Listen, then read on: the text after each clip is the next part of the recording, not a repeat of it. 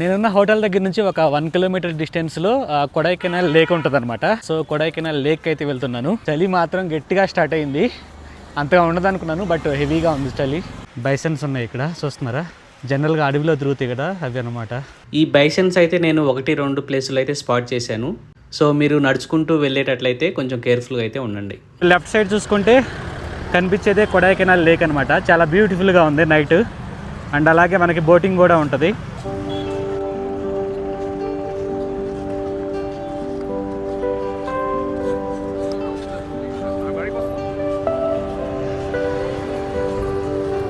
బేసిక్గా ఈ లేక్ని star lake అంటారు, ఎందుకంటే ఇది స్టార్ షేప్లో ఉంటుంది అనమాట.